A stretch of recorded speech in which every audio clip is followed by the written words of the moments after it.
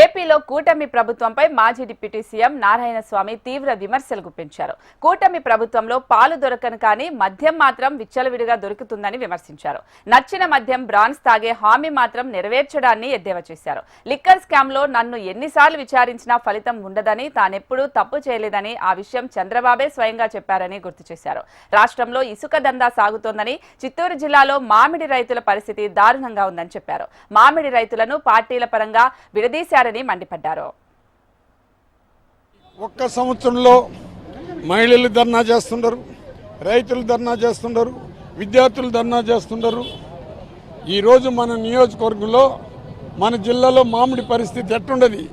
₹2 కూడా తోపు అనేది అడ్డు మామిడి పండ్లు అంటారు మా పక్క, అది తోపూరి ఏమని మీరందరూ అంటారు. ₹8 ఫిక్స్ చేస్తే ₹2 అడిగే మనుషులు కనబడలా.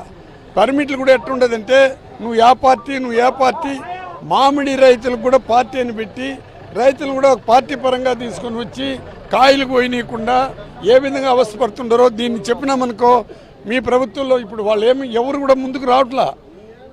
భయం ఎట్టొచ్చిందంటే కేసులు పెట్టేస్తారేమో, అన్యాయమైన కేసులు పెడతారేమో, సాక్షులు ఎవరి దగ్గరైనా చెప్పి ఎత్తు లోపలేస్తారేమో అని ఒక భయభ్రాంతి చేస్తూ ఉంటారు.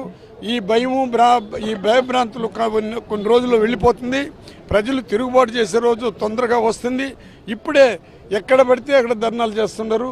మీ ద్వారా చంద్రబాబుని మైండ్ ఇప్పుడన్నా మార్చుకో. నువ్వు ఇచ్చిన సూపర్ 6లు నువ్వు ఇచ్చిందే కదా, నువ్వు త్రికరణ శుద్ధిగా చెప్తున్న వాగ్దానాలే కదా మేము ప్రజల దగ్గరికి పోయి చెప్పమంటున్నాము. నువ్వు ఇచ్చిన వాగ్దానం నెరవేర్చమని